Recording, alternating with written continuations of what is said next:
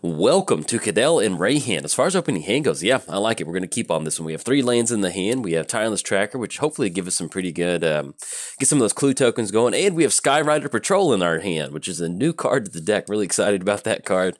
I'll kind of explain that here in a second. Let's go and lead off with Temple of Deceit and get the Scry going. The Scurry, the Fever, the Insanity. Do we want Prime Speaker Zagana? Let's go and put her on the bottom for right now. I'd like to see if we can't hit a land for the turn. And then anything else, we're going to go and pass the turn to our opponent. We're playing Reyhan and Kydele. Come back here. There we go. Playing Reyhan. Reyhan enters the battlefield with 3+1 counters on it. Then whenever a creature you control dies or is put into the command zone, if it had 1 or more +1 counters on it, you may put that many +1 counters on target creature. Drawn to Gyre Sage. Yeah, let's do this. Let's go and get down Gyre Sage. That way we can get some of that evolve ability going and really kind of start to ramp up on some mana. Let's go and tap out for blue. Let's go and add double green off Flooded Grove. Let's go and get down Gyre Sage. And then we're going to go and pass turn to our opponent. Playing gets, we need to cover Kydele. And we're also playing Kydele. We're going to be able to tap to add colorless mana for each card that we've drawn this turn. Playing gets Leovold, Emissary, which actually Kydele's not going to work that well with Leovold. Each opponent can't draw them more than 1 card each turn. And then whenever you or a permanent you control becomes the target of a spell or ability an opponent controls, you may draw a card. Alright, so we draw on 2 islands. Now we will be able to get the evolve trigger going by getting down Tireless Tracker. I think I like that. Let's go and do that. Let's go and get down Underground Sea. Let's go and tap out for Tireless Tracker. Let's add blue. Let's do this filter mana first. And then I'll kind of explain what's going on as far as partners go, because this may end up being the last partner deck we do for Reyhan and Kydele. All right, it's going to get the evolve trigger going. That's going to put it at a 2/3. Then nothing else for 1. Then we're going to go and pass the turn to our opponent.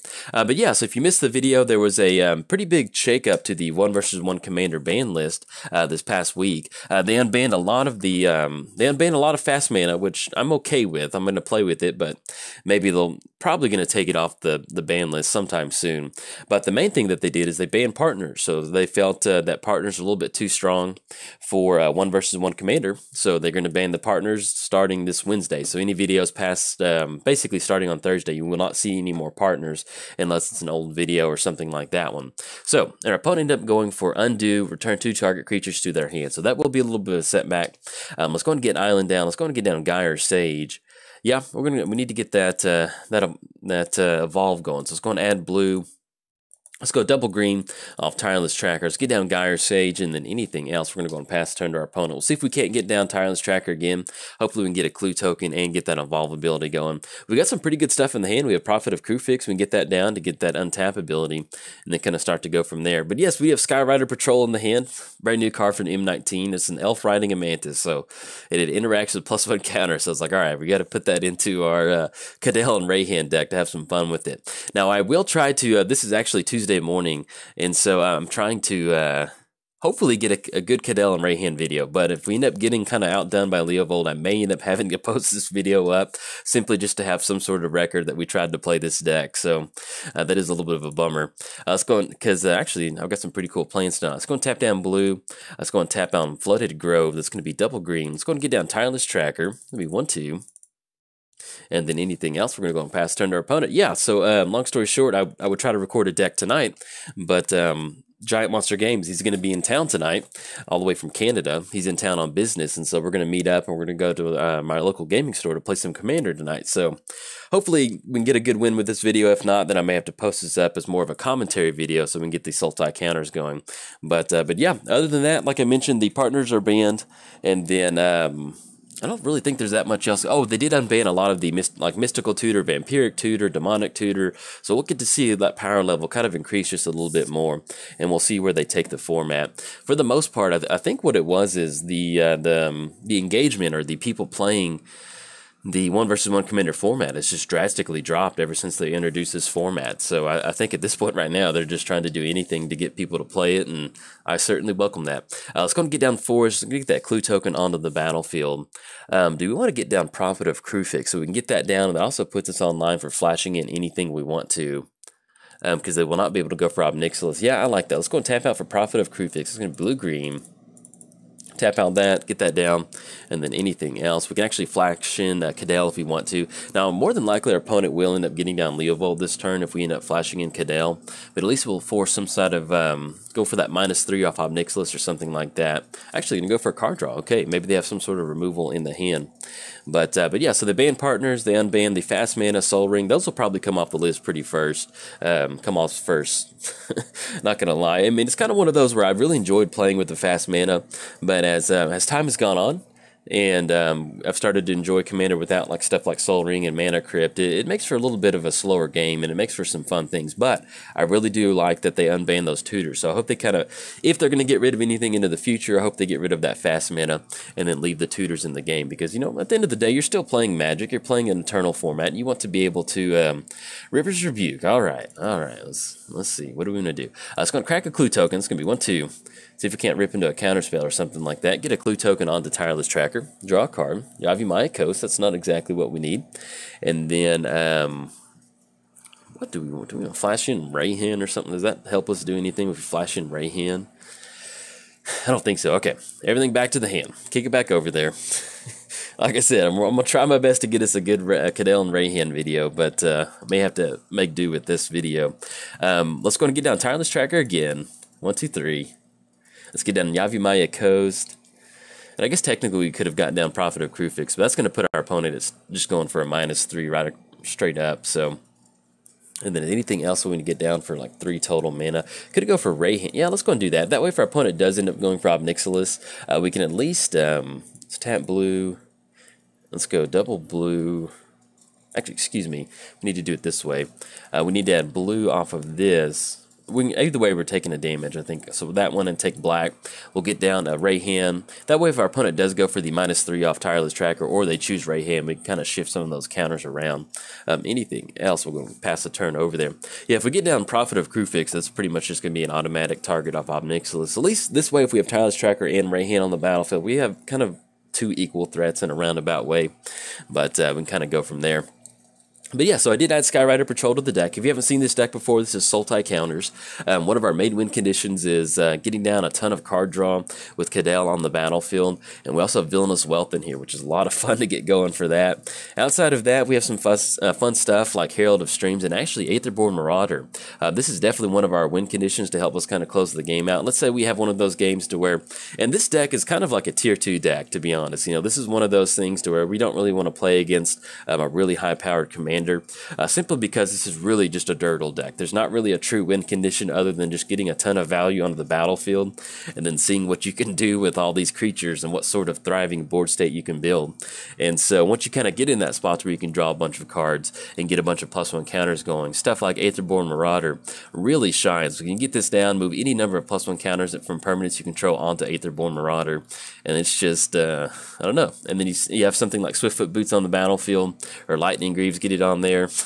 End up with a 15/15 Aetherborn with flying and lifelink, especially if we've been paying some pretty high life total to draw some cards and different things like that, and really have some fun with that. Let's see what our opponent's going to be tapping over. They have 3 total mana tapped. Okay, Leovold does enter the battlefield. Now that does cut us off any sort of clue token activations. What we can do is at least get our card draw for the turn and then also go for the clue token crack on our opponent's turn. Opponent's going to be swinging in for 4. It's going to knock us down to 21. Let's see what we draw into. Draw into Forest. So if we get down Forest and we go for Skyrider Patrol, this is going to be 1, 2, 3, 4. Yeah, 1, 2, 3, 4, and they'll still give us just enough to go for that activation. It gains flying until end of turn. Yeah, I think I like going for that one because we can put a +1 counter on Kydele and then really knock down Ob Nixilis. I like that. Let's go for it. Why not? Let's have some fun. Okay, tap out on Yavimaya Coast. We could get down Prophet of Krufix, but I really want to knock down Ob Nixilis if we can. So let's go and pay that blue-green. Let's go and tap out on Flooded Grove. Yes, we're going to use that ability. And so this is what makes this deck fun, is you just end up with these just really weird creatures, and Reyhan's going to jump on the Mantis with Skyrider Patrol, swing across and knock down Ob Nixilis. I don't know, it just makes for some fun commander sometimes. All right, let's go and swing across for 4. Let's go and knock Ob Nixilis down to, all the way down to 1. And then anything else? No. Let's go and kick the turn over to our opponent. Now, we do not have 2 mana, unfortunately, to crack a clue token, so we're going to be off on that one. But thankfully, we've seen some pretty gnarly stuff from our opponent, stuff like Undo and River's Rebuke. But we haven't really seen any sort of like Teferi's Puzzle Box or some sort of wheel effect. Those are absolutely devastating when you're playing against Leovold. So hopefully, maybe we talked it up from our opponent. They're about to go for it now. Because what ends up happening with Leovold is they go for Trigon Predator, okay.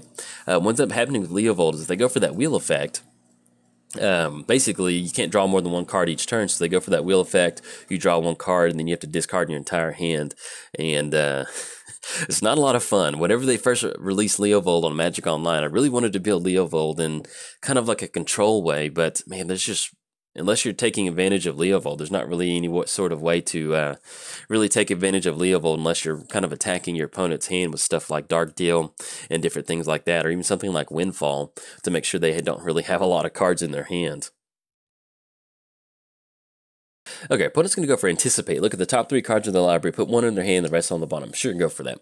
And this is also one of those decks to where we've got so much stuff jam-packed in here to try and make sure we have some sort of, like, some sort of thriving board state that we're just not really running a lot of our basic building blocks you need in Commander. I think we only have 2 pieces of removal. We have Go for the Throat, and then we also have Hero's Downfall. So if we can draw into one of those, we can take care of Leovold and really kind of start to go for some of these clue tokens. Maybe we can kind of start some good stuff drawing. But you can really see how the deck can be busted a little bit in a way. Let's say we had a few more creatures on the battlefield. We get down Kydele. We want to tap out for a ton of mana, so we get down Greater Good, draw cards equal to its power. Now we do have to discard those cards, but all Kydele cares about is us drawing cards. So you get down Greater Good, start sacrificing a lot of your creatures, and then you're pretty good to go. Our opponent's going to get down Birds of Paradise.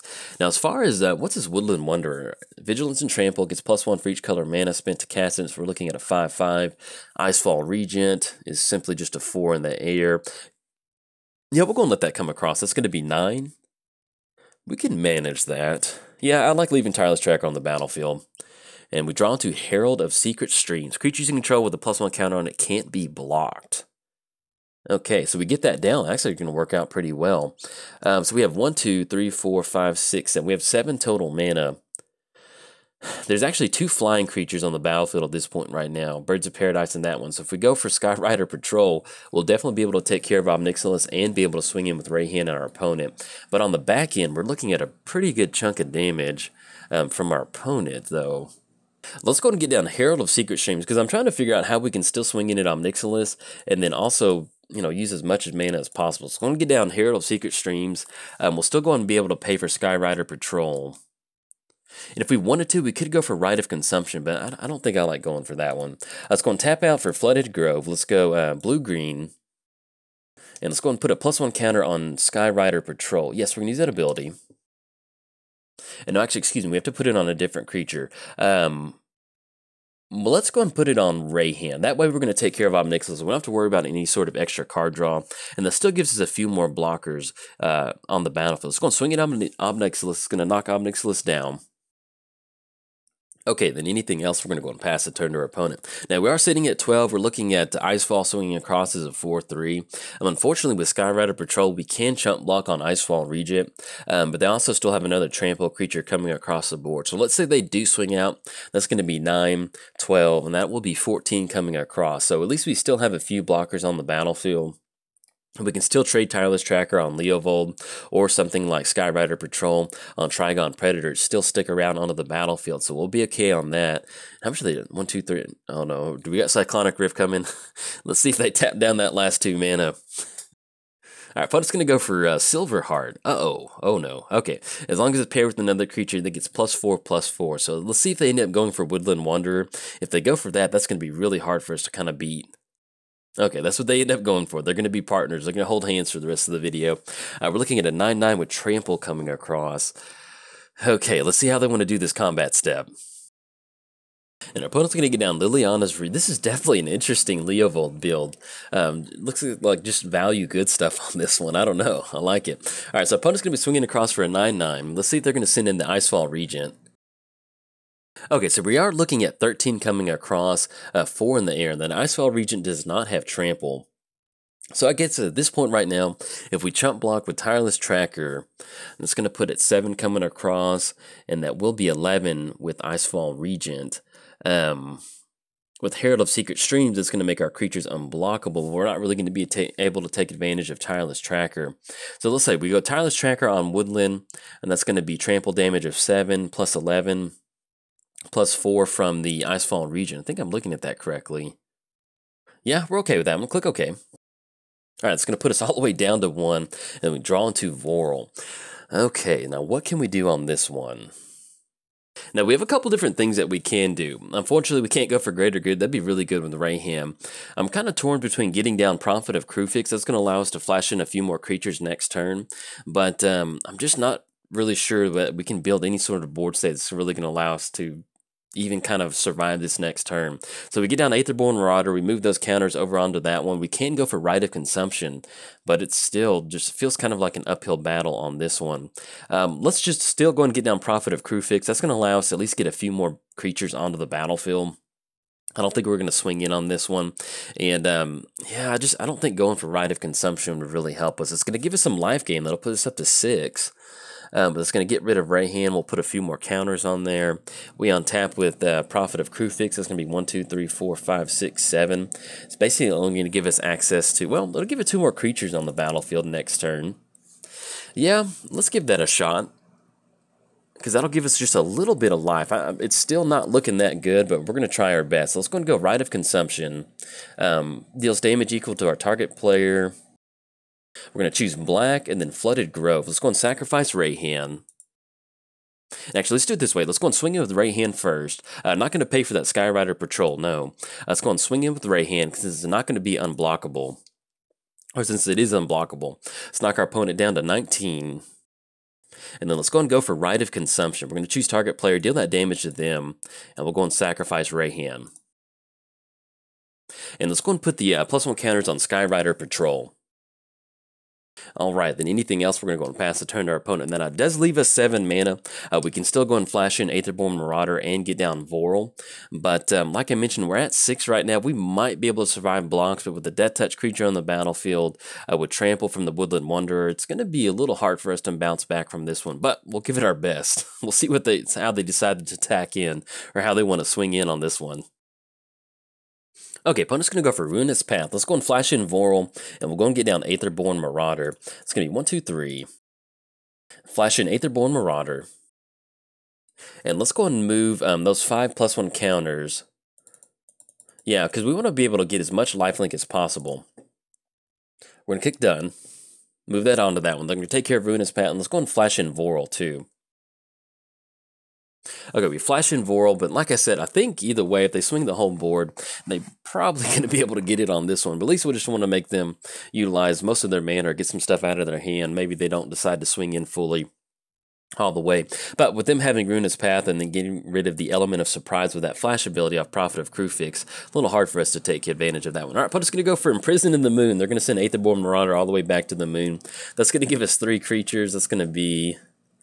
yeah, no more lifelinks. That's going to be hard. So let's say we chump block on that one. Trample damage. Yeah, trample damage is pretty much going to get it, because even if we chump block all of our creatures, that's going to be 7, and that'll be 10 total damage simply to block on that one. But yeah, I think they're going to send in the whole crew's definitely going to. We'll still offer up some blocks, but I think they're going to get it on this one. Poor Herald of Secret Stream jump in front of that wolf. All right, there we go. Click OK. It looks like our opponent's going to get it on this one. They'll have that trample damage coming across for 5. They've got 4 in the air. It's going to knock us all the way down to -10. So it was really nice to see a build of Leovold that wasn't really really oppressive with a bunch of wheel effects and almost kind of more of a value good stuff deck, which is kind of cool to see that one. But unfortunately, we couldn't really get a whole lot of Kydele stuff going. We had a lot of good cards in the hand to really take advantage of Kydele's add 1 colorless mana to our mana pool for each card that we've drawn. Stuff like Greater Good leads to some really busted turns, but unfortunately we could not find any sort of removal to take care of Leovold, and that really cut us off getting any sort of access to card draw. Couldn't really even crack any clue tokens with how much mana we had to tap out on each turn. But Always want to go for a win, especially when it's the last time we're going to get to play a deck, but unfortunately it is what it is, and good game to our opponent. In fact, I still want to play this deck. I just don't know exactly which Sultai commander I want to put as far as the leader of the deck, so if you have any suggestions as far as what would make a really good Sultai counter commander, hop in the comments, let me know. And if you enjoyed the video, like and subscribe. Thanks. Bye.